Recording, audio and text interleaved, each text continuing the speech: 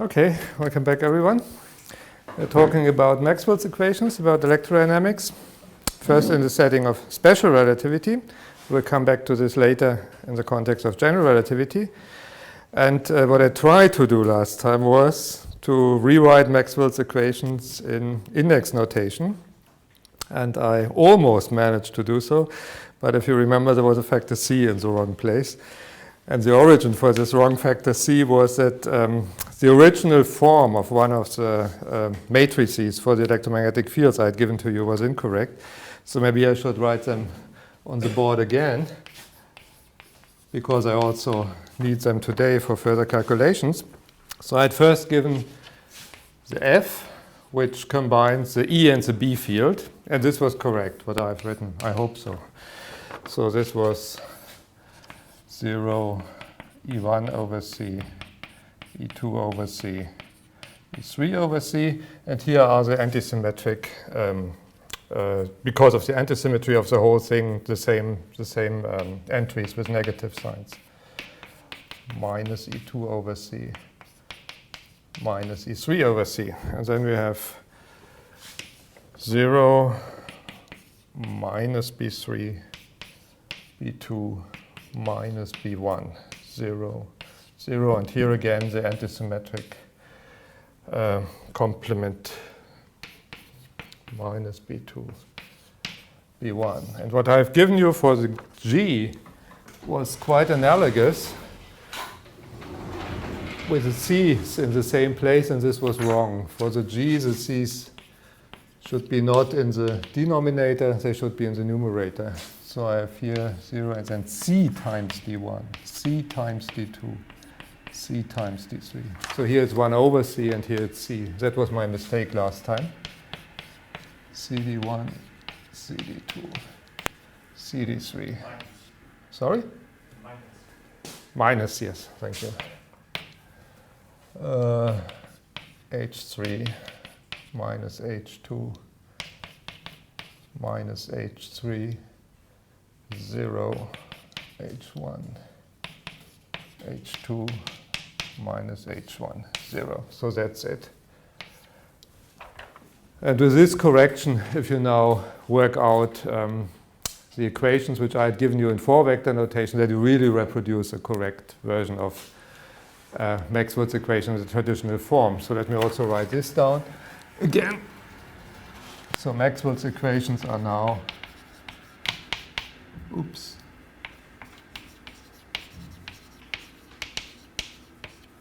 I always call the first group, oops, M1. And this now takes the simple form d mu f nu sigma and then cyclically permuted. D nu f sigma mu plus d sigma f mu nu is 0. And M2 is d mu, or I think I've written it in this way, d mu, g mu nu is j mu. That's the current, the full current. Okay. Yes, very good remark, thank you. So the mu is summed away. So the nu is what we call the speaking index. Yeah, and the mu is a mute index. So here we must have nu. Okay, and what we want to do now is we want to prove that these equations are really Lorentz invariant. I've talked last time about the well-known fact that they are not Galileo invariant. So what we discussed last time was, well, we had written the same equation in the traditional form, in the 3-vector notation, and then we had derived the wave equation. And the wave equation for electromagnetic waves in vacuum tell us that in this system in which Maxwell's equations have been written down, the waves propagate with speed c in all directions isotropically. And if you now apply a Galileo transformation, then you would get an anisotropic propagation in another system. And this clearly shows that Maxwell's equation can hold only in one inertial system. And that's what people call the ether system.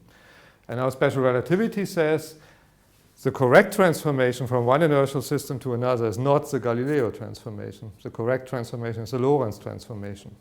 Galileo is only an approximation which is valid for small velocities.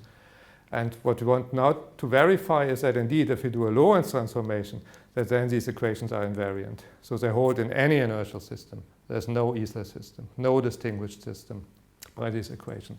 So this will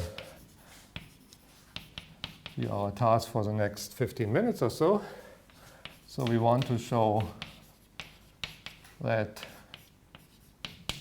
M1 and M2 are Lorentz invariant.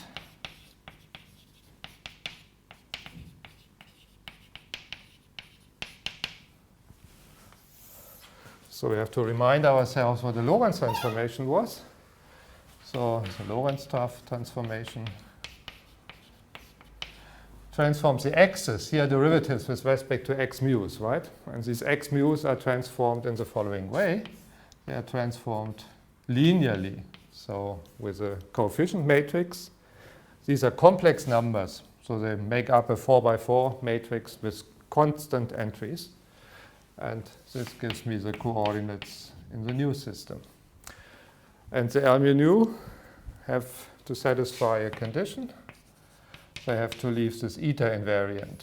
So if I have L mu nu, L tau sigma, and I sum over mu and tau, then I get the eta with these two indices, eta nu sigma. And we have discussed that this geometrically means, among other things, that the light cones are left invariant. So that's the definition of a Lorentz transformation. And special Lorentz transformations are, for instance, spatial rotations and boosts. We have also discussed them. Now we want to show that if we make an arbitrary Lorentz transformation, an arbitrary transformation of this form, that these equations are left invariant, whereas there are partial derivatives floating around. So the first thing we have to do is we have to check how the partial derivatives transform.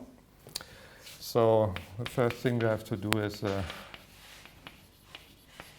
have to calculate the transformation of these things. So let me write this here. Oops.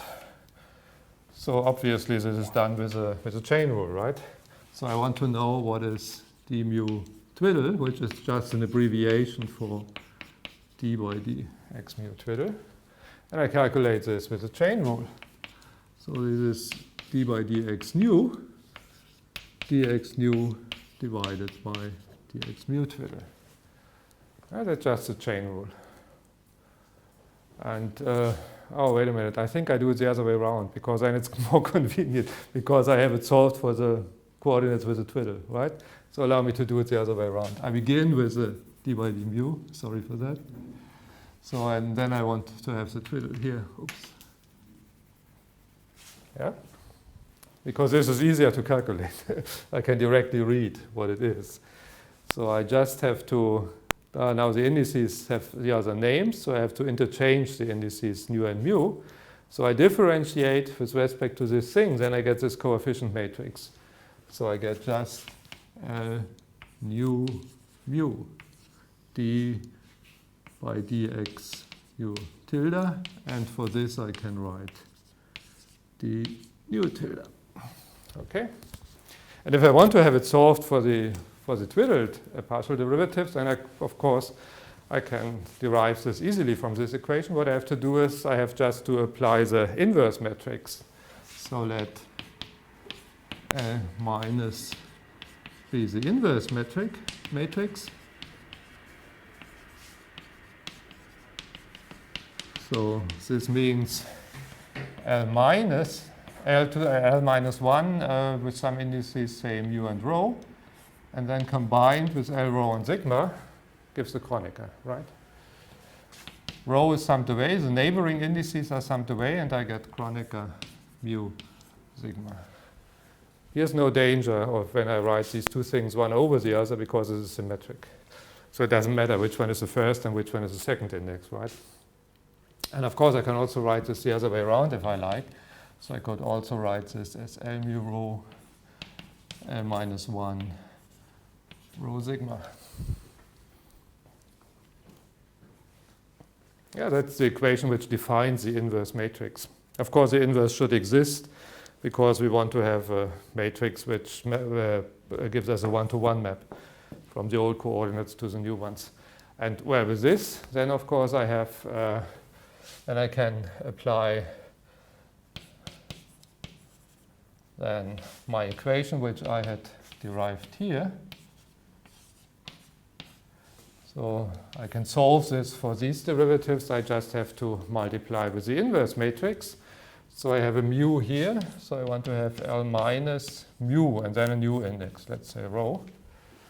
And I get L minus 1 mu rho d mu is, okay, let me write it in detail. L nu mu, L minus 1 mu rho d nu twiddle. And this is just a Kronecker. Yeah, the indices are in the right position. This is just delta nu rho. So what does this mean? This is a sum, right, over nu.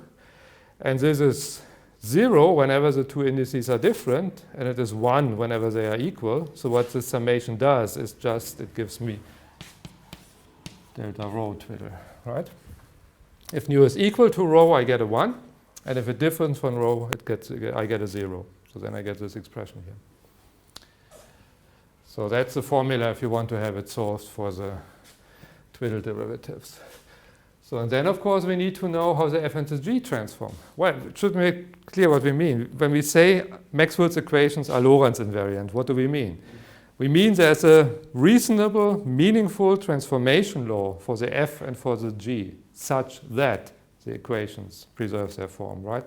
Of course, we do not mean that the f and the g remain unchanged. Yeah, so they will transform. But they will transform in the most natural way, as they could transform if we make Lorentz transformations. So we, yeah, in a sense it's a postulate, but let's say, assume that f mu nu and g mu nu transform in the following way, where they have upper indices. And the Lorentz transformation was introduced by the way that the thing with the upper index is just transformed with the matrix L mu nu. And we require exactly the same form of transformation law for these objects with respect to each index, which is the most natural thing you can do if you consider this sort of transformation. So we assume that f mu nu with the upper index. You have to be careful about this, because also this is written with upper indices here. We will then talk about what happens with lower indices. So the thing with the upper index should transform with the matrix L. So I would get here an f rho sigma, and mu becomes rho, and nu becomes sigma, nu sigma. So that's the transformation law we require.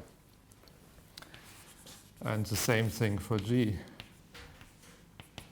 So again, I have LL G, rho sigma, mu becomes rho, and nu becomes sigma.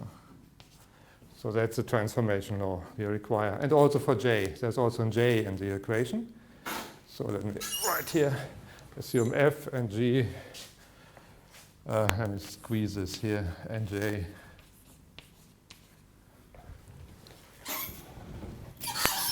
Oops. So J mu twiddle is L mu rho J rho. And then it's just a matter of a few lines to verify that these equations are left invariant.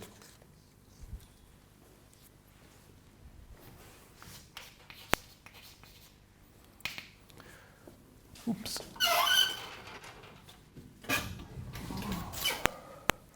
So I consider M1. I begin with the left-hand side written in twiddled coordinates, and I hope to get the 0 if I assume that the equation holds in the untwiddled coordinates. Yeah? That's the way in which I proceed. So I write this delta. Oh, first of all, I had it here for the upper indices. We need it now for the lower indices. I promised you that I would derive this, but I haven't done it yet. Sorry, this was jumping ahead. So the transformation rule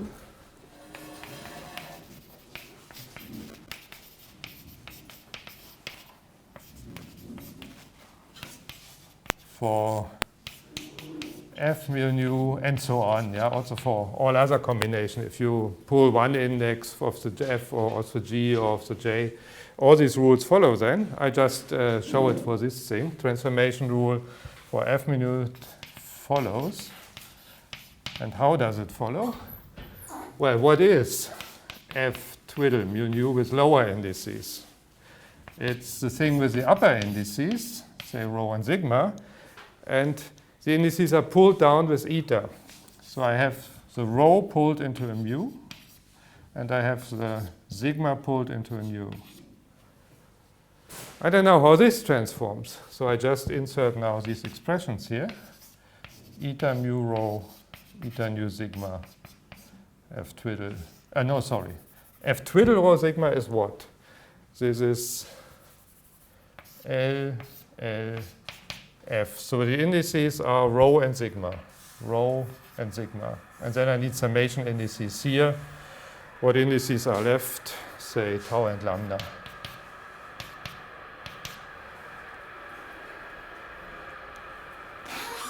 Okay, this looks nice. Here I have a sum with a Lorentz transformation and an index rho at an eta. So it's suggestive to use this defining property of Lorentz transformations. So, but then two factors are missing, right? I need a Lorentz transformation with an index mu and a Lorentz transformation with an index nu. So let me just invent them. So I multiply the whole thing with L mu, say alpha, L nu times beta. So then I have on the left-hand side L mu alpha, L nu beta, F tilde mu nu. And on the right-hand side, I have an eta paired with an L with a rho and with an L with an alpha. So I get all together, okay, let me write it step by step. That was too fast, I think. So I collect all terms where these indices are summed over. So this is eta mu rho. Where's a mu? Here's a mu, L mu alpha. And where's a rho? Here's a rho, L rho tau. And then I collect all terms where these indices are summed over. L nu sigma. Where's a nu? Here's a nu, L nu beta. And where's a sigma? Here's a sigma, L sigma lambda, F tau lambda. And now this here is, by definition of Lorentz transformations, eta alpha tau. And this is by definition of Lorentz transformations, eta beta lambda, right? So the whole thing is just the tau pulled down to an alpha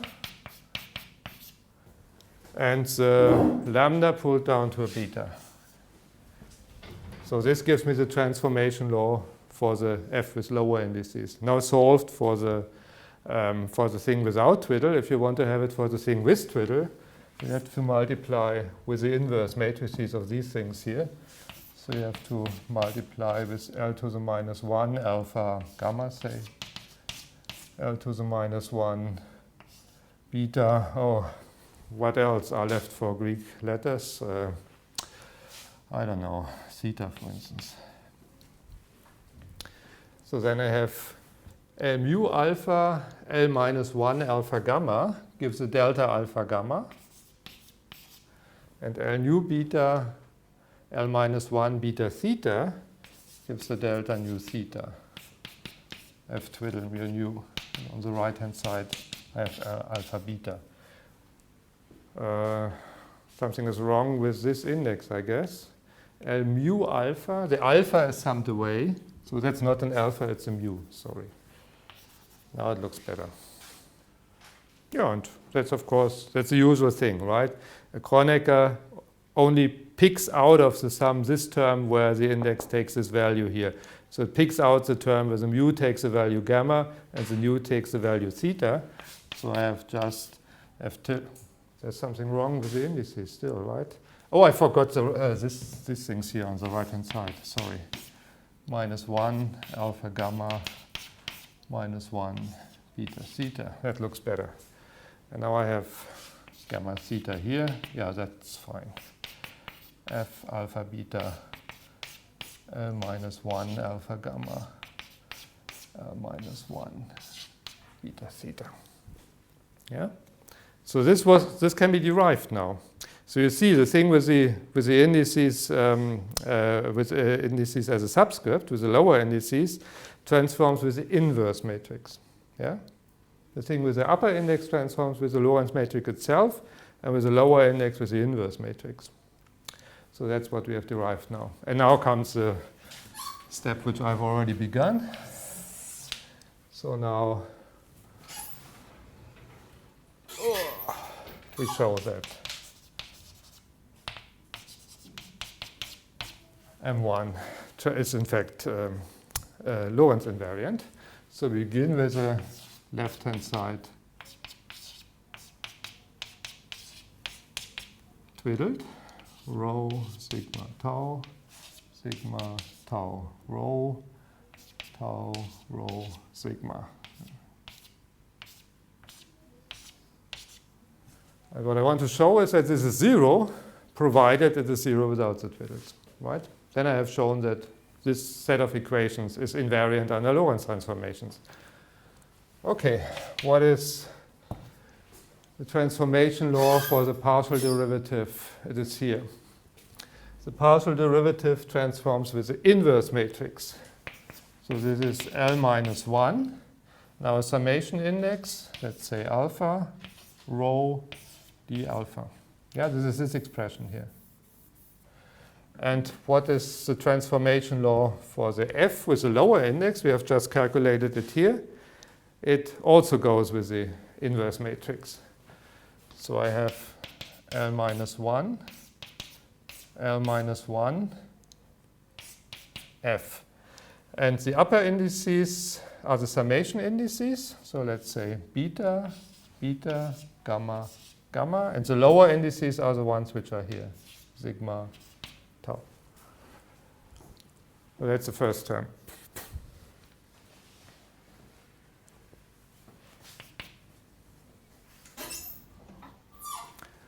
Now I get the same thing. Let me see. That's a plus. That's a plus. Do I have to write this out? Let me check quickly.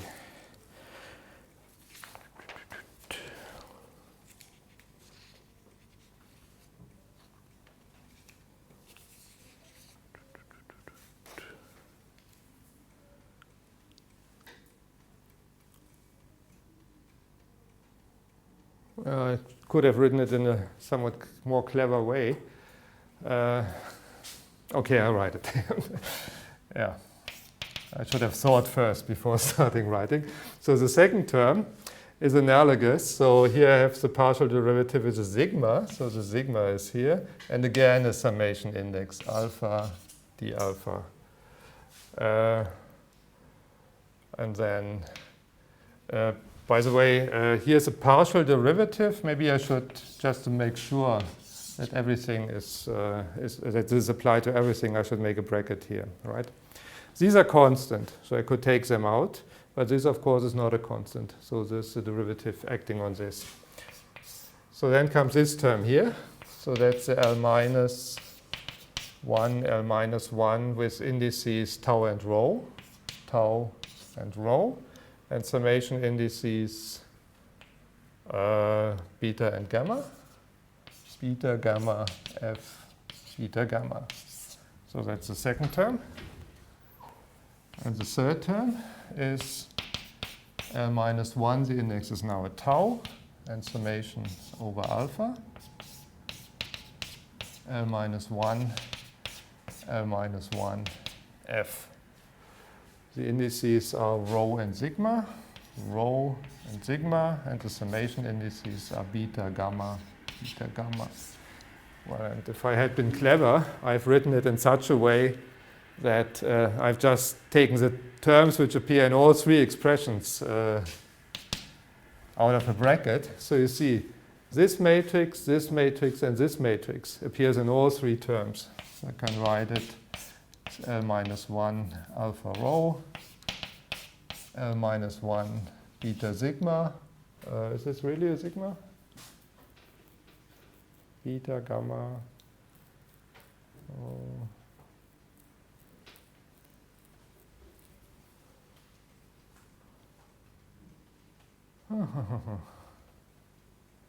alpha rho.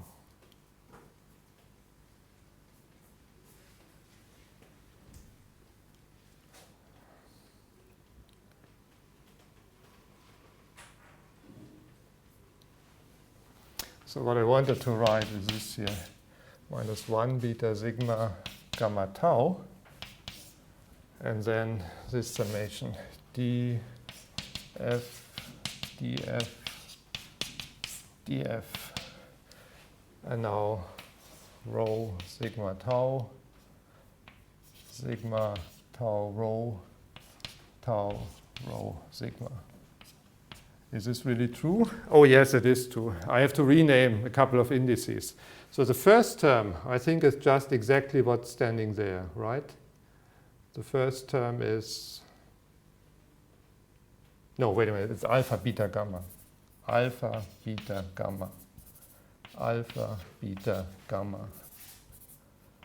Alpha, beta, no, sorry. Alpha, beta, gamma. Beta, gamma, alpha, gamma, alpha, beta. Okay, so the first term is now exactly what is written here, the alpha f beta gamma. In the second term, I rename the summation indices. You see, I have a sum over alpha, I have a sum over beta, and I have a sum over gamma. So the rho is summed over gamma, so obviously I have renamed the index gamma into alpha. I've renamed the index beta, this comes with a tau, into gamma, and then what is left, the gamma into beta, I think. So this is exactly the second term, if I rename the indices appropriately, and the same for the last term. Again, I have renamed these three summation indices, alpha, beta, gamma, alpha, beta, gamma, alpha, beta, gamma. So the rho comes with beta. So beta is renamed into alpha. The sigma comes with gamma. So gamma is renamed into beta. And the tau comes to alpha. So gamma is renamed into alpha. So I just rename in the second and in the third term the indices. And then I get this, which is 0 by assumption. I assume that in the old coordinate system, Maxwell's equations hold true. And then, of course, the whole thing is true, because these are linear operators. So what I've proven is that if Maxwell's equations hold in my first inertial system, if this 0 is true, then it's also true in the other inertial system. Okay? So M1 is invariant under Lorentz transformations.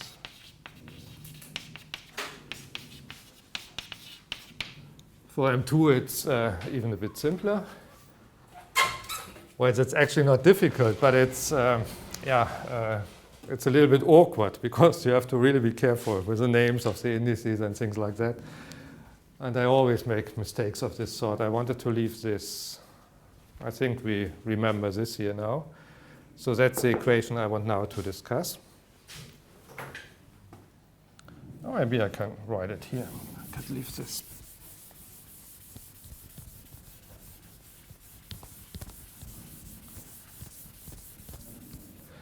Then we have everything on the board.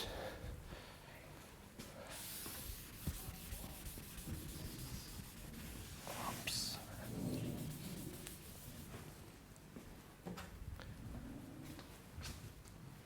So now I consider M2. So I begin with the left-hand side twiddled, d mu g mu nu. And I hope that this is J nu twiddle under the assumption that this holds. So again, we have to see how these things transform. So delta mu, this transforms with the inverse Lorentz matrix. So this is an index mu here and a new summation index, alpha, d alpha. And the G with the upper indices transforms with the Lorentz matrices itself. So I have two L's and the G with upper indices, say beta, gamma, and here mu, nu. Can you read this? And again, I should make a bracket to indicate that the derivative works on everything. Now these are constants. I can take them out of the bracket. And then I have a summation over what? Over the mu. So I have, okay, let me do it step by step. L minus 1, alpha mu, L minus 1, mu beta. And I take this also out of the bracket because it's constant. And then I have d alpha g beta gamma. And now I think one of the L's has become a minus 1, right? This was an L, not L minus 1. It would be very bad if I had an L minus 1 here. Because this is now a matrix multiplied with its inverse. So it's a Kronecker. So I get, and then we are already done. So I get delta, the mu is summed away, alpha beta, L nu gamma, d alpha, g beta gamma. So the beta becomes an alpha because the summation over Kronecker picks out the term with the index alpha. So this is L nu gamma d alpha g alpha gamma. And this here is g gamma. And the whole thing is j, no, not gamma, but rather nu tilde. So M2 is Lorentz invariant. Oops.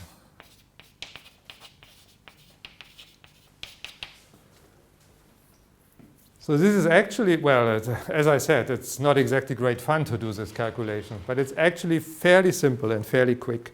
So it's much quicker to prove invariance in this way with this index notation than writing it out in terms of E and B. That would be much longer. The disadvantage obviously is that you don't really see how the E's and the B's transform, so that you don't get a clear physical idea of what's going on. And for this reason, I think I should write out the transformation law for Lorentz boost explicitly. I'm not sure if everybody has seen this before, so that you really see that the transformation, which I've written here in this index form, that this really mixes the E and the B, right? The E and the B is hidden inside this here, and E tilde and B tilde is hidden inside here. And now the whole 4x4 scheme is transformed in a certain way. And I think we should work this out for a Lorentz boost. So this will be, again, a little calculation of a few lines, but then we have a formula which can be discussed and which is quite instructive. So we have proven now that Maxwell's equations are invariant under arbitrary Lorentz transformations. And we will now work this out explicitly for a Lorentz boost. Okay, what do I need? Let me see. I think the only thing which I need is this here and this. So I can remove almost everything with the exception of the first line.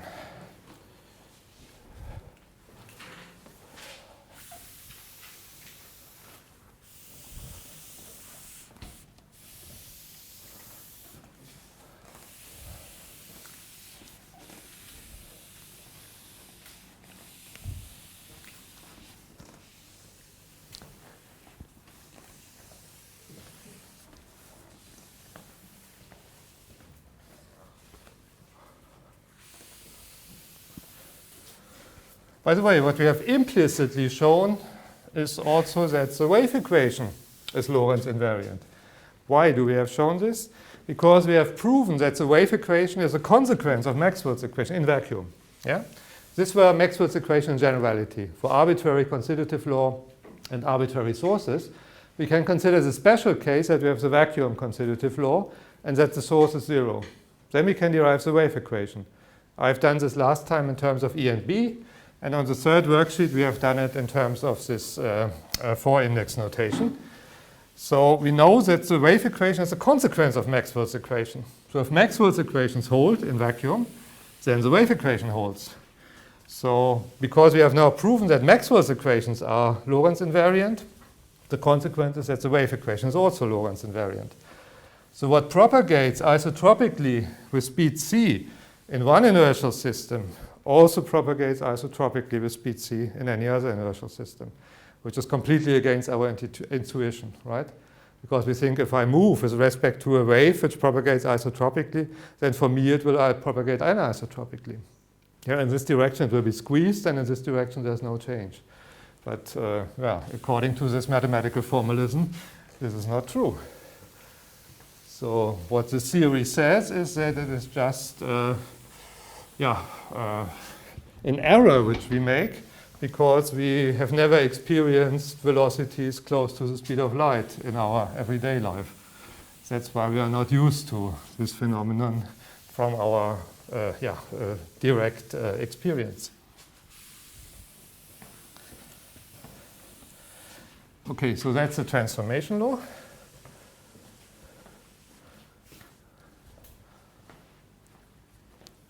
And what we want to do now, we want to write out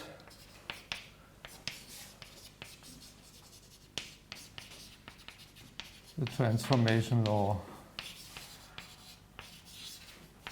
of F mu nu, or let's have both indices up, for a Lorentz boost, which is a special Lorentz transformation. Let's say along the x-axis.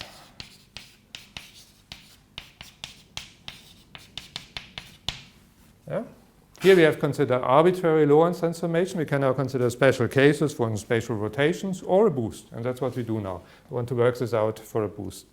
So that's the general formula. So in matrix form, that's the most, I should write a boost first. I write a boost first. And we have written it in matrix form, so it's convenient also to transform this formula into matrix notation. So what was a boost? We discussed this a little bit. This was, so the Lorentz boost was this here. A special form of such a Lorentz transformation,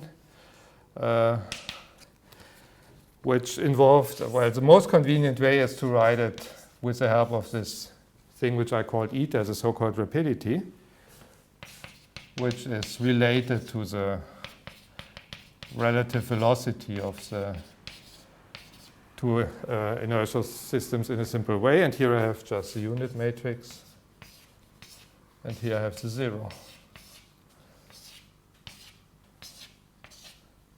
So that was a Lorentz boost in the x1 direction.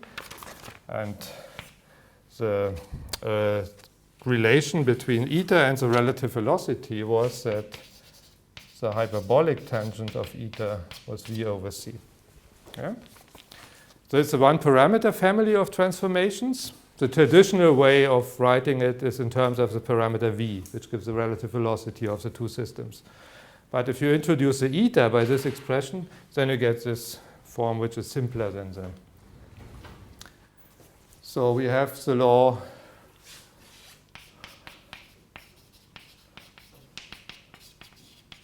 which is written here in index form. We will now write it in matrix form. So we write just, say, F boldface. Let me, on the board, indicate this by a second stroke. So that's a matrix. That's the matrix F mu nu. And I also need it with the twiddles. And the L nu row, I also introduce such a notation for this. So in matrix form, this equation reads what? So on the left-hand side, I have my matrix F twiddle. And I have to be careful, because if I write matrix multiplication, there's always a summation over neighboring indices. Remember how matrix multiplication is done. Yeah, you go in this row and in this column. It's always about neighboring indices. The second index here and the first index here. So we have to be careful about the order of the indices.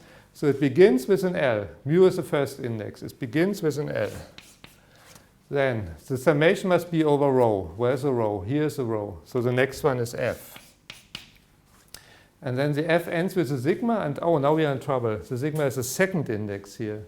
It should be the first index if we want to have a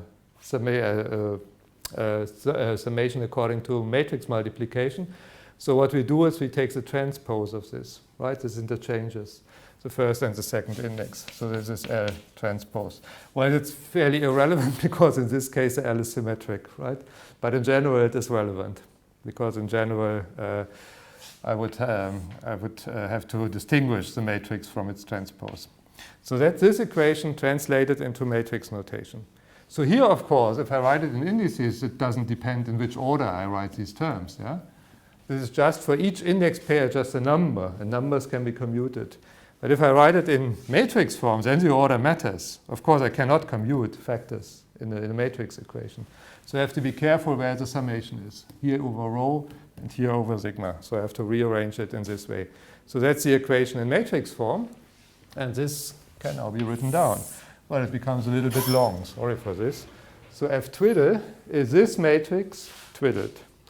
So this is 0, E1 twiddled over C, E2 twiddled over C, E3 twiddled over C.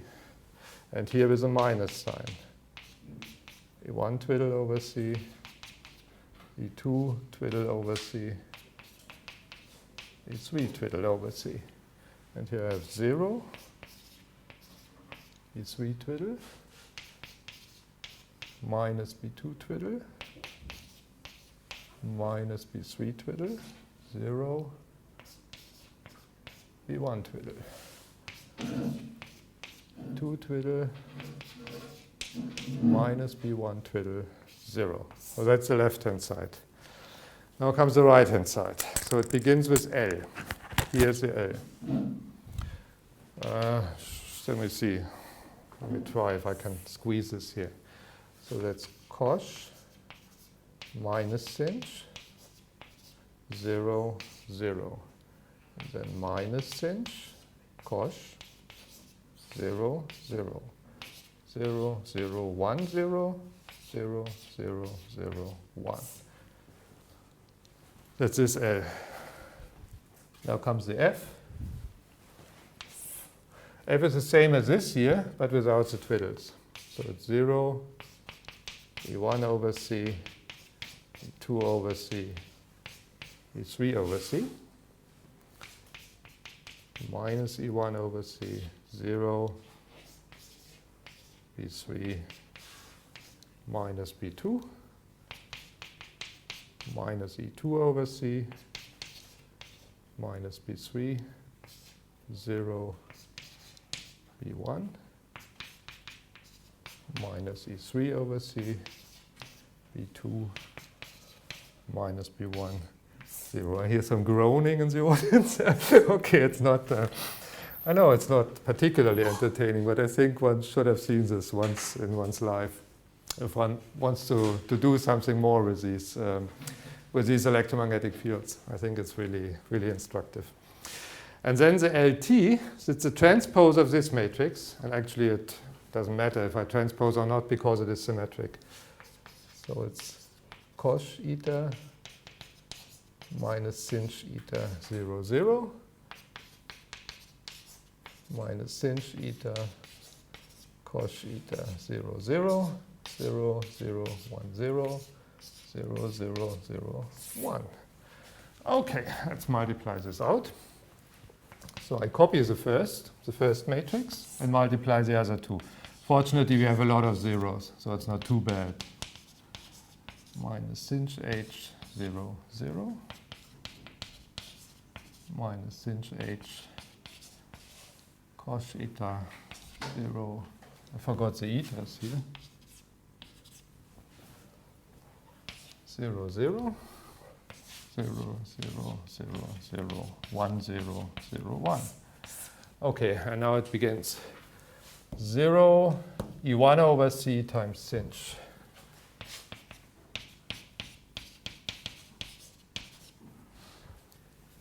And that's it, right? The rest comes with, here, the rest comes with zeros.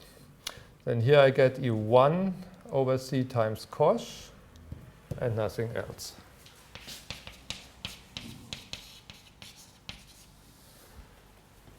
And here I get two terms, E2 over C times cosh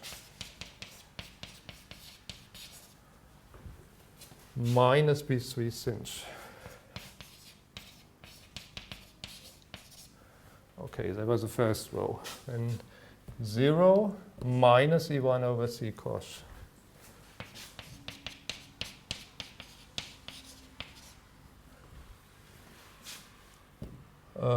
Minus, where am I? That was the first one. Now comes this here. Minus E1 C sinh.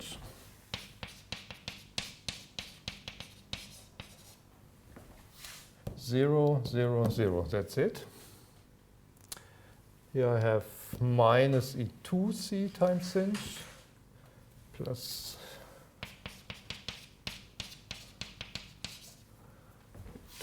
C times sinh plus B3 cosh. That's the 3. And I should have 4 terms. What have I done here? I think I've forgotten the last one, right? E3 over C cosh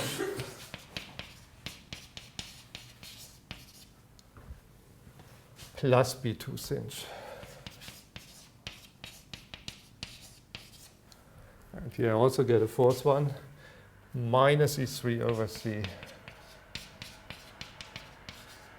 sinh minus B2 cosh. Okay, here not much. 0, 0, minus E2C. 0, 0, minus B3. 0, 0, 0, 0. 0, 0, B1, 0. And the last one, 0, 0, 0, minus E3C. 0, 0, 0, B2. 0, 0, 0, minus B1.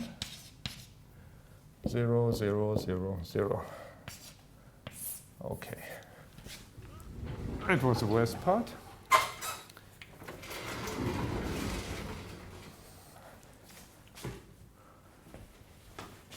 Should use the other one.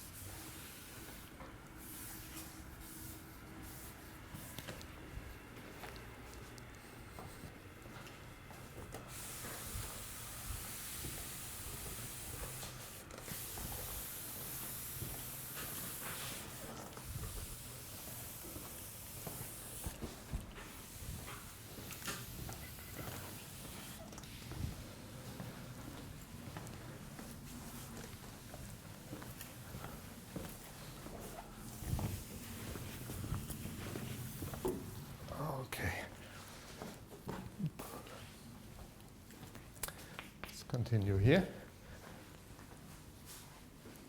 So the first two terms give E1 over C times sinh cosh minus E1 over C times sinh cosh, so they give a 0. Have you expected something else? Something different from a 0 here?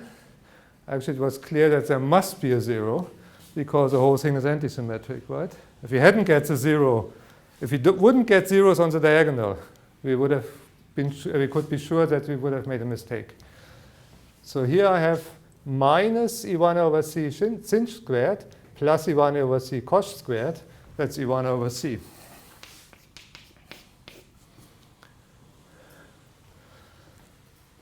And here I have 0, 0, E2 over C cosh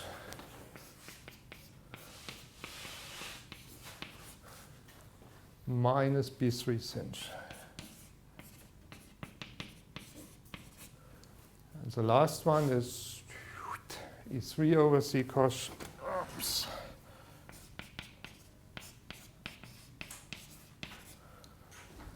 plus B2 times sinh. Okay, that's the first row. Second row, E1 over C cosh squared, minus E1 over C cosh squared, plus E1 over C sinh squared. That's minus E1 over C. Next term, plus E1 over C sinh cosh, minus E1 over C sinh cosh, gives 0. And the other two are just multiplied with 1.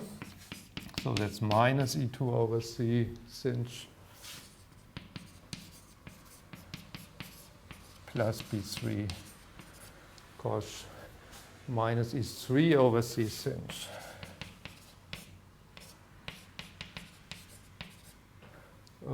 Minus B2 cosh.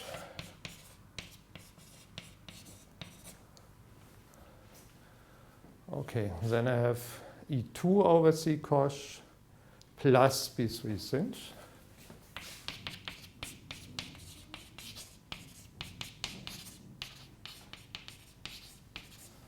Let's see, is this antisymmetric?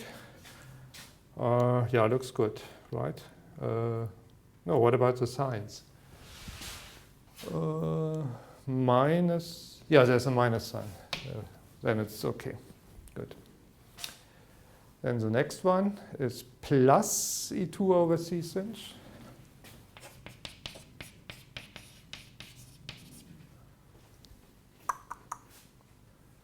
Plus, where am I? Plus minus B3 cosh.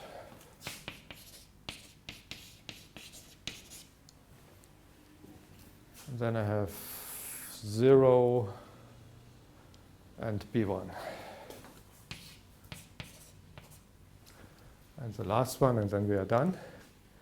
Minus E3 over C cosh minus B2 sinh.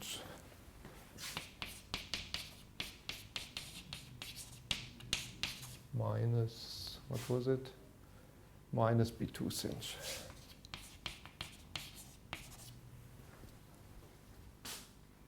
E3 over C sinh plus B2.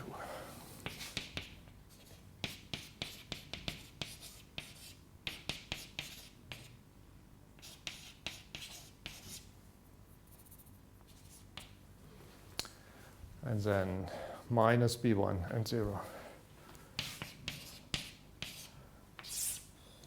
Okay, this gives the transformation behavior. You see on the left-hand side of the equation, we have the E field and the B field in the new coordinate system.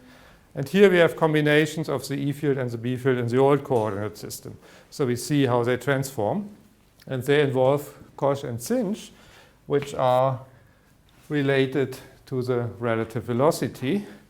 So if the tangent of eta is V over C, then the cosh of eta is just 1 over the square root of 1 minus V squared C squared, and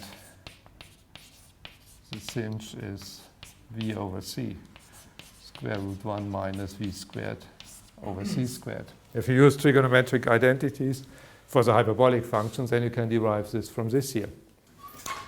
So we can now read from our matrix equation what the E twiddle and the B twiddle is in terms of the old fields and the V over C. So where do I put this?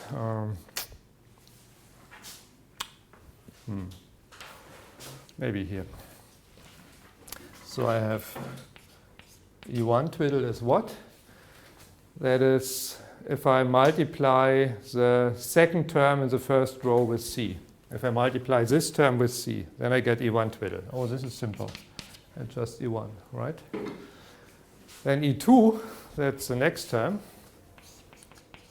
E2 twiddle. So I have to multiply this here with C.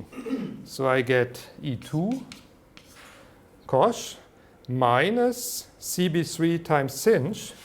And if I use these formulas there, then I have here minus V B3 over the square root. I think I'll move this up. And the last component, that is this component here. So it is this here multiplied with C.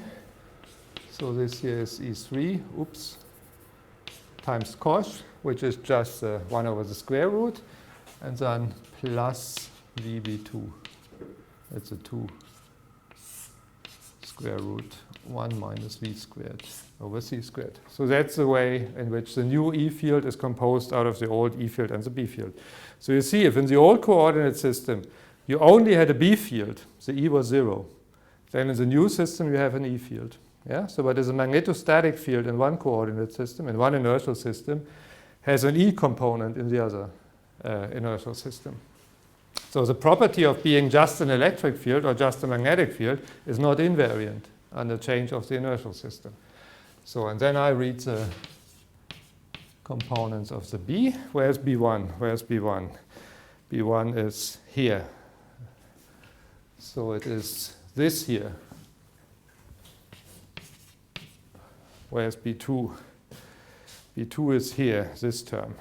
Second row, last column. Second row, last column, it is this here.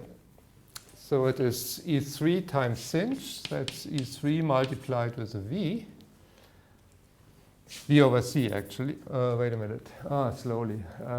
The sinh brings a V over C, so it's V over C squared.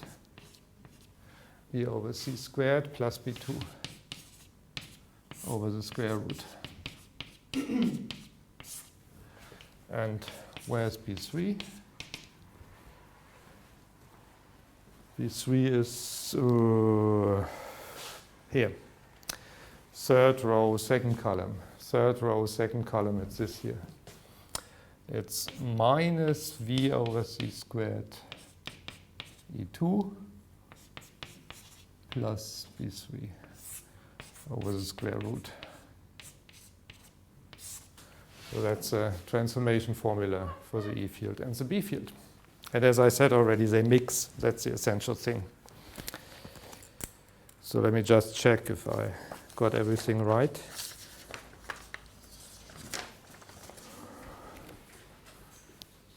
E2 minus V, yes. E3 plus, yes.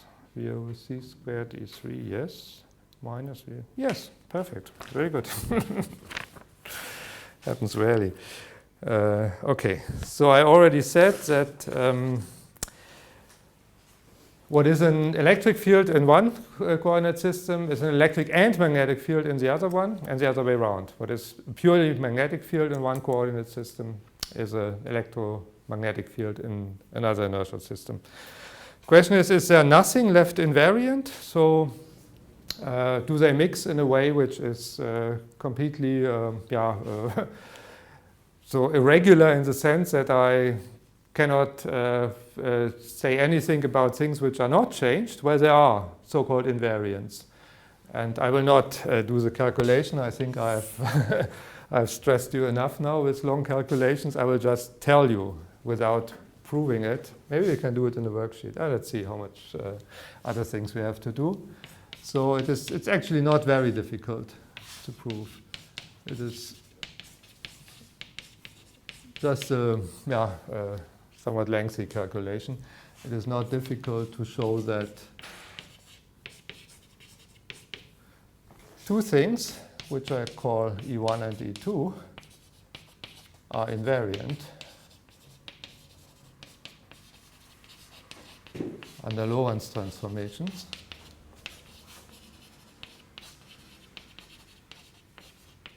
These are the famous two scalar invariants of electromagnetic field. Well, actually, it's fairly easy if you write them in the index notation. Let me just be sure about the factors. So I have this thing here, and I have epsilon, mu nu, rho sigma, same order, is it not? Same order, yes. Rho sigma here. So that's clear what this is, right? We know these two things. And remember, this was something which I briefly introduced last time when I rewrote the Maxwell equation M1 in a more compact form. That's the so-called totally antisymmetric epsilon symbol. It's defined by the property that it is completely antisymmetric with respect to the indices. So whenever you interchange two indices, the thing changes its sign. That's the first property which defines it. And the second property is that it gives +1 if the indices are natural order, 0, 1, 2, 3. And these two properties fix it uniquely. If you want to know it for any index combination, you first look if there are any two indices equal. Then you know it must be 0 because it's antisymmetric. So then you have to distinguish only two cases. Either they are an even permutation of 0, 1, 2, 3, then it is +1, or it is an odd permutation of 0, 1, 2, 3, then it's -1. So that's the way in which this thing is defined. And well, it's fairly obvious to see that these two expressions are Lorentz invariant if you use these matrix notations, these 4 notation. What is a little bit lengthy is to work this out in terms of E and B. And I will not perform this. I will just tell you the result. I never know the factors and the plus signs. So if you work this out, well actually, it's for the first, it's not so difficult to see it. You can write this, of course, as F01, F0i plus F, let's say JK, Fjk. Why is this so? Well, if one index here is 0, then the other one is not allowed also to be 0, because then I would get 0, because the thing is antisymmetric. So if one index is 0, then the other one must be a Latin index. That's what I've written here. So that's the only terms which involve an index 0. And then if both indices are Latin, then of course, because here's a summation, this must be the same, so they also must be Latin. So I have this here. And now you see, these are the components of the electric field. Yeah, we have it here still on the board. Yeah, the mixed components, the time-space components are the electric field. And these here, the space-space components, that's this matrix, these are the magnetic field. And now you just have to get the factors and the signs right, and then you will see that this is just minus the vector E squared over C squared plus B squared. So that's something which is invariant. Yeah, if you calculate this in one inertial system, then somebody else who calculates it in another inertial system will get the same value. So in particular, if you find that the magnitude of B is the same as the magnitude of E over C, then this will be the same in all inertial systems. So that would mean that this invariant I1 is equal to 0. And this here is, what's the factor? -8 over C, if I haven't got something wrong. This is E dot B. If you work this out. So if you find out that E and B are perpendicular in one inertial system, then this must be true in all inertial systems. So these are two important cases where both invariants are 0. These are the case where E is perpendicular to B and the magnitude of the things are the same up to this factor C here. Do you know an electromagnetic field which has this property? That E and B are perpendicular and that the magnetic field has the same modulus as the electric field up to factor C? There's a famous class of electromagnetic fields which has this property.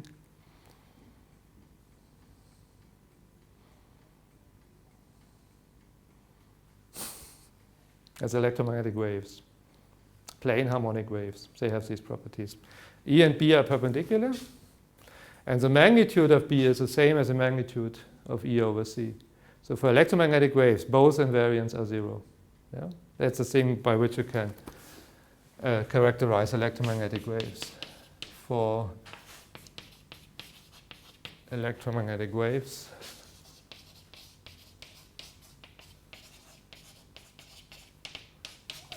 I1 equal I2 is equal to 0. So there are some combination of the fields which are invariant. They do not mix in a completely incomprehensible way. Okay, the last thing about Maxwell's equations I wanted to do is to speak a little bit about the Lorentz force equation, because this will also accompany us later again. So the crucial thing here was that Maxwell's equation need not be modified. Maxwell's equations are exactly the same as they were before Einstein started thinking about special relativity. They were written in precisely the same form. They were just rewritten. They introduced new symbols, this funny F and things like that. And then a new transformation law for one inertial system to another was introduced. But Maxwell's equations, the equations M1 and M2, were left untouched. They're precisely the same way as Maxwell, well, he used different symbols, but in essence, the same way as Maxwell wrote them down in 1865 or something like that for the first time. That's not true for the Lorentz force equation. Yeah, that's the equation which tells us how a particle, if it is injected into an electromagnetic field, is accelerated. And that should not come as a surprise, because we know already that the mechanics of particles is modified. Yeah, the equation of motion, the old version, Newton's second law, only holds for small velocities. So the Lorentz force law will be modified, which is, some people say it's part of electrodynamics. Some people say it is part of mechanics, which is actually more reasonable, because the object which is described by this dynamical equation is a particle, a charged particle. It is not a field, an electromagnetic field. So Maxwell equations are the dynamical equations for an electromagnetic field, and the Lorentz force equation is the dynamical equation for a particle moving in an electromagnetic field. And this is modified. We will now write it in index notation and then keep it in our memory for later use.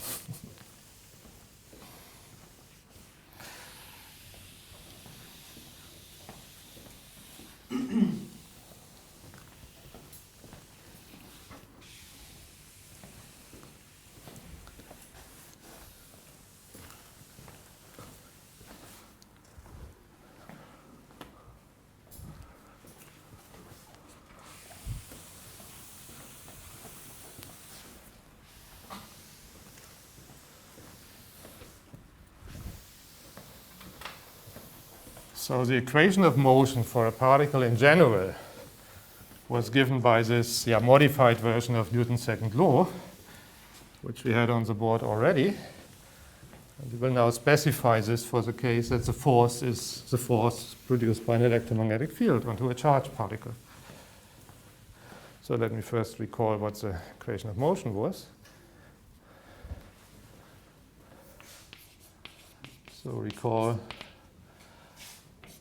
Newton's second law.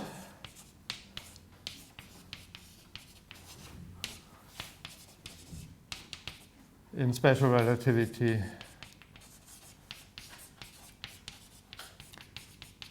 so what I mean is a special relativistic version of Newton's second law.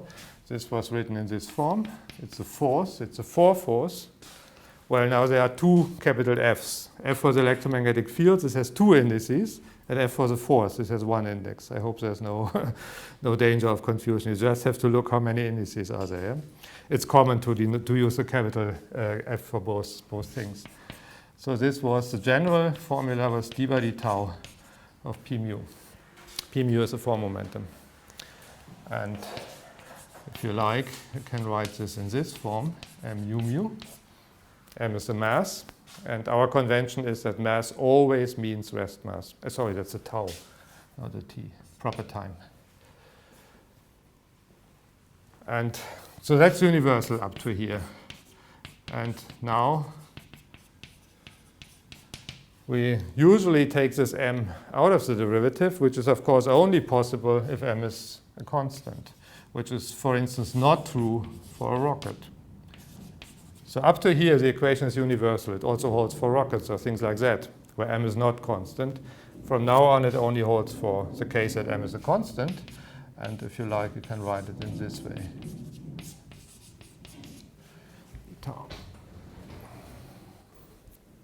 So we now want to discuss a special case that the force is a Lorentz force. So this holds for any force. Yeah, whatever force is acting on the particle, that's the equation of motion of the particle. We now want to consider the case that this is a force produced by an electromagnetic field onto the particle. So that's what we call the special relativistic version of the Lorentz force.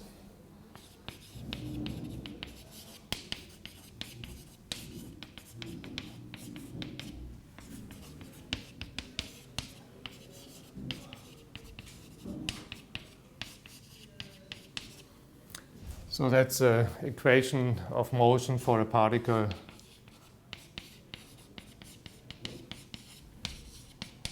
with charge q. Of course, it must be charged. If it is uncharged, it wouldn't feel the effect of the electromagnetic field, right?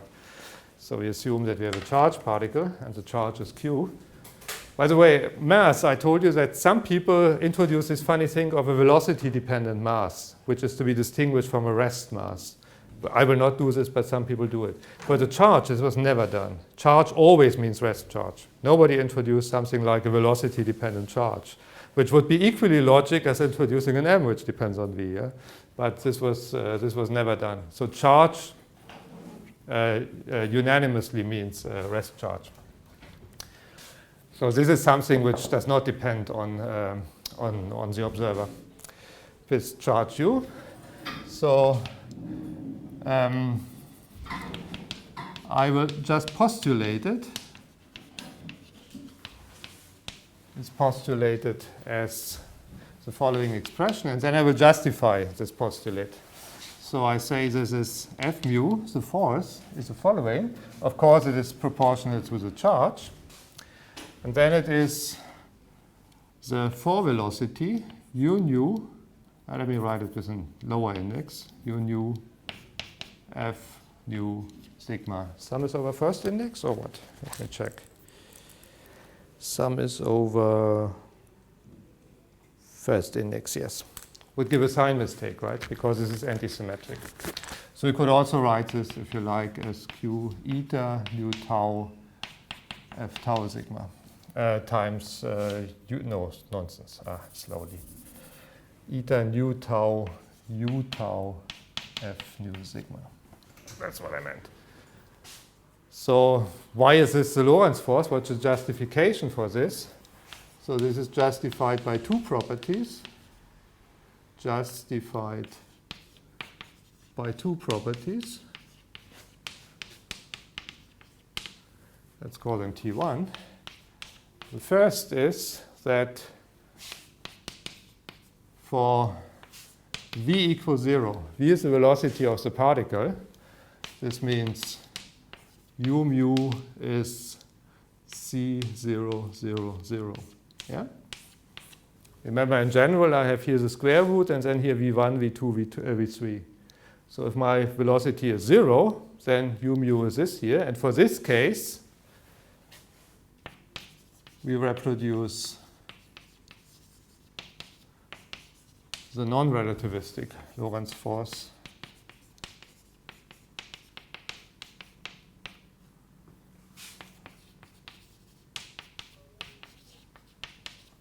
which means that the Fi, the Latin indices, are just q times ei.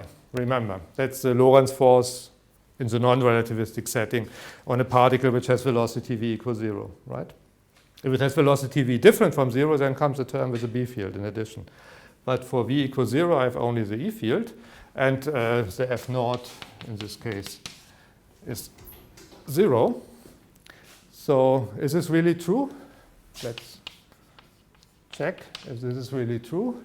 So if I consider the case that this particle has velocity u different v equals 0, so that would be the u mu.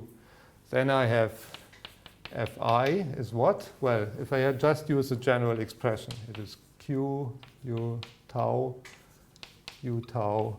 f.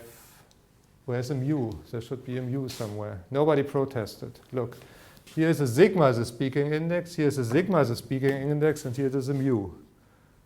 Yeah? So again, one of my favorite mistakes. So this should be a sigma. So I consider the case that sigma is equal to I, u tau f nu I. So now in this case, the u has only a 0 component, and this is c. So this is just q eta, well, the tau must be 0. For every other values, I don't get anything. So I have a 0, 0 here, u naught, f, so the nu is 0. Oi. And this is minus q times c. This is c. And what was the f oi? Do I still have it on the board? Oops. No, now I have erased it, but if you remember, it was minus EI over C. So this was minus EI over C. So the C's cancel, the two minus sign kill each other, and I get QEI, what I wanted to have. Okay, and the F naught is 0. Why is it 0? Let's see.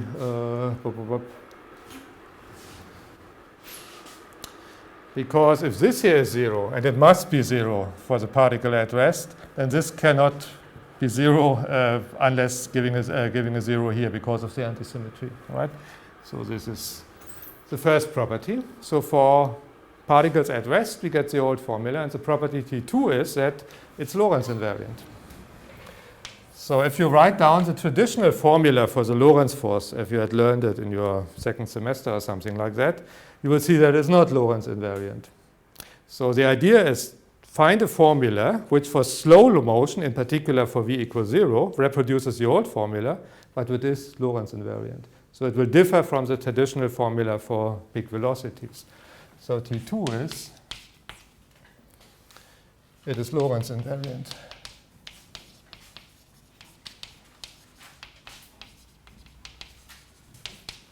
And this is also easy to, be proven.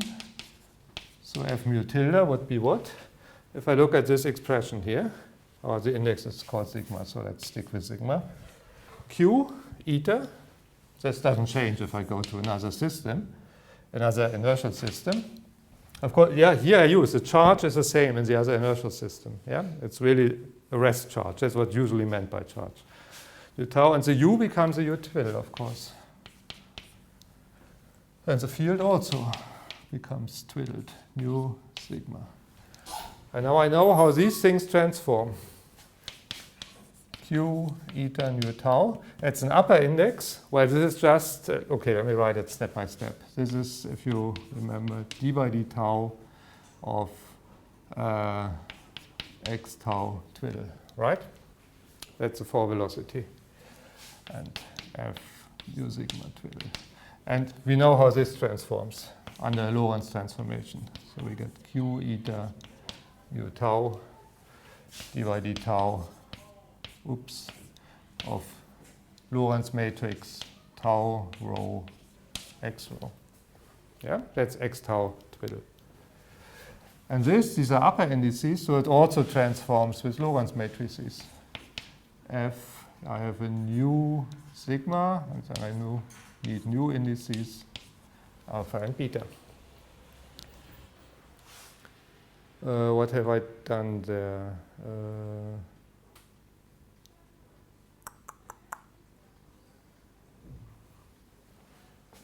I have an eta here. I forgot this.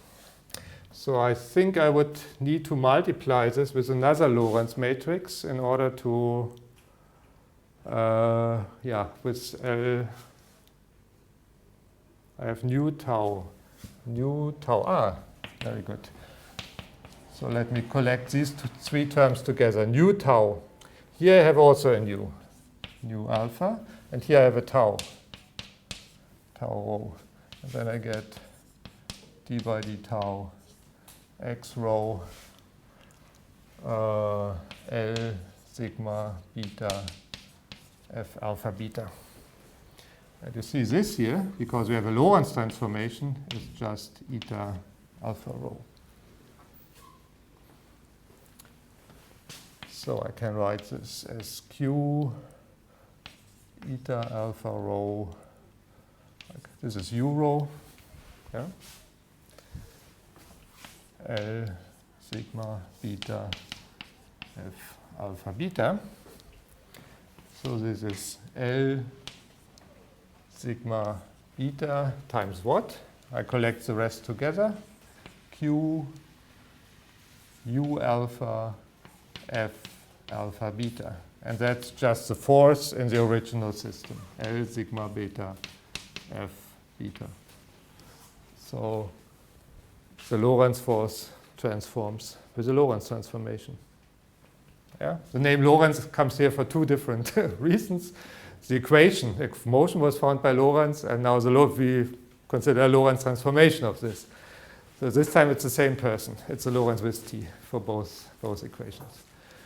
So we have now proven that for v equals 0, we reproduce the non-relativistic law, and the equation is Lorentz invariant. And this justifies to consider this as a Lorentz invariant law of motion. How much time do I have? 10 minutes. I think that's enough to work this out.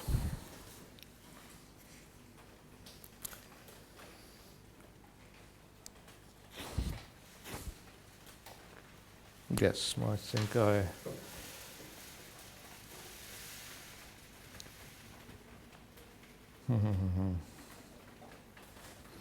don't want to stop right in the middle of the calculation. Let me see.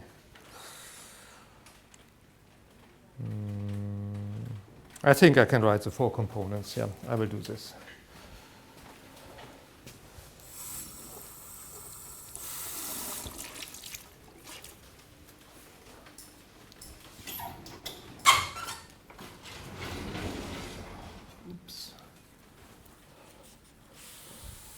And tomorrow I think we will use half the lecture for talking a little bit about continuums mechanics, and then we will begin with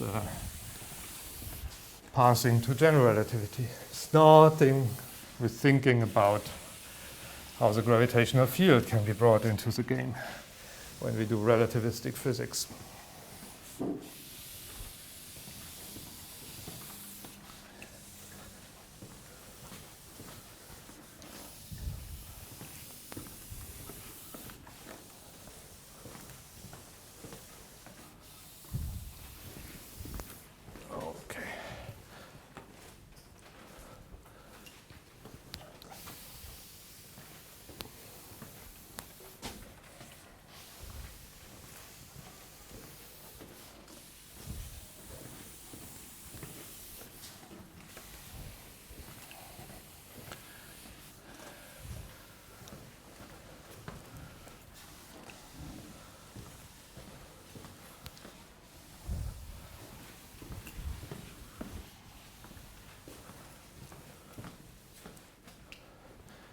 So the 4 components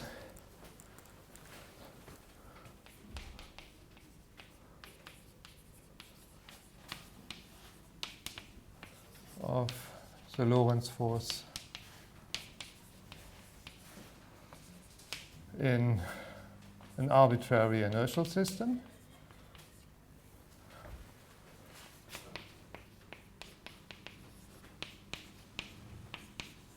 So I say arbitrary to emphasize that now I do not just consider the rest system of the particle. So I have now my 4 velocity, if you hopefully remember, as this here. There's a square root, and then I have c, v1, v2, v3. Well, and for the f, we have this expression which we had on the board earlier. So the f naught is now what? The f naught is q. Let me begin with eta naught naught. Then I have u naught. Oh no, I should have begun with the f, because the f has a fixed index, right? The sigma is set equal to 0, and the sigma is at the electromagnetic field. So let me begin with the electromagnetic field. So the second index is a 0. Then the first index must be a Latin index, because otherwise we would get 0. So I must have here eta ij, otherwise I get a 0, and here uj. So this is q f I 0 delta ij uj. And this was E over C. I don't remember if it's a plus or with a minus sign. Let me check. With the plus sign. So this was Q E I over C. And then I have, where the spatial components are the V's, so I have here delta ij Vj over the square root. And this is just the scalar product of E and V, right? So I can write this as Q E dot V divided by C. Do I have a C there? 1 minus V squared over C squared. Where does the C come from? Ah, it comes from the F, right? Is this true, the C? Yeah, I think it is true. Okay, good. So that's the F naught.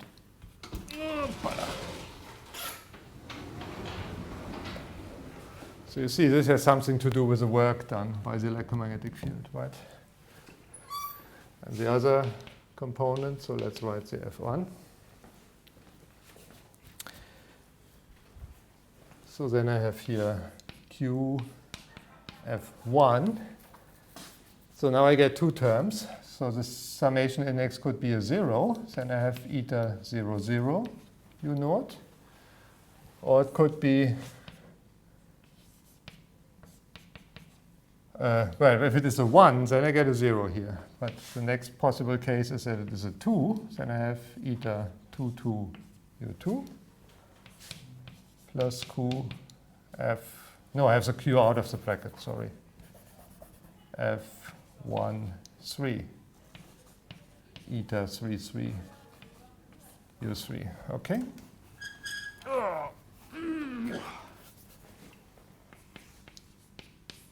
So I think this was minus E1 over C.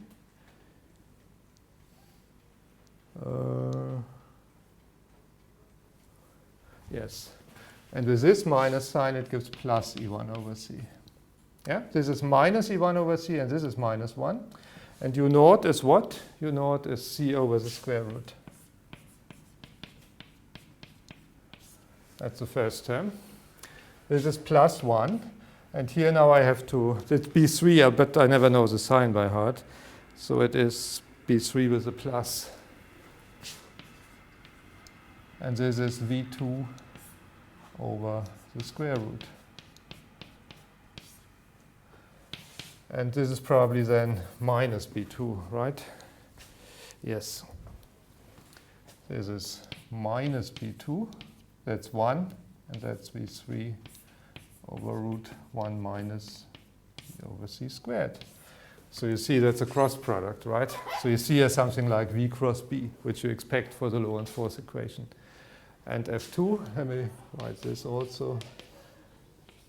And I think then I have to stop here. So this is F2, 0, eta 0, 0, U naught, plus F2, 1, eta 1, 1, U1. Then F2, 2 gives 0 because of the antisymmetry. F2, 3, eta 3, 3, U3. Oops.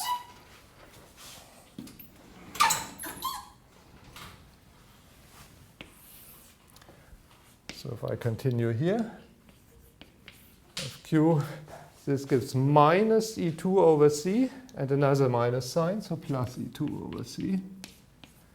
And the U naught is C divided by the square root. Of course, the C's cancel. Yeah, here and here again. And now I have to look up the sign. Wait a minute, this is anticyclic. It's probably minus B3, right? Yes, good guess. Minus B3, and that's V1 over the square root. And then I get plus V1, V3 over the square root. Let me quickly do the last one also, and then I stop for today.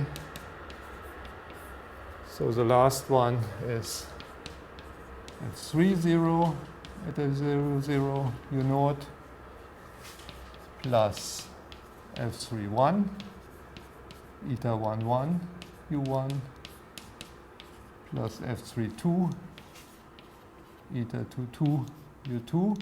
And the last one with F3, 3 is 0. So here again I have minus E3 over C and another minus sign. E3 over C times c over the square root, cc. 3, 1 is cyclic, so it should be plus b2, v1 over the square root. 3, 2 is anticyclic, so it should be minus b1, v2 over square root 1 minus b squared over c squared. Well, and if you write this in vector notation, so if you combine the 3 components of this force, you get something which is fairly similar to the Lorentz force, but not quite the Lorentz force. You see you have these funny square roots, which you don't know from the traditional Lorentz force. So I think I will spend 5 minutes or 10 minutes next time further on the Lorentz force, and then we move to continuous mechanics. And as I said already, tomorrow we will then move over to general relativity. Then comes the real stuff. Actually, I thought I could do this a little bit quicker, but apparently this time I spoke more slowly than last time. So it took me a little bit longer. But tomorrow we will begin with general relativity. Okay, see you then.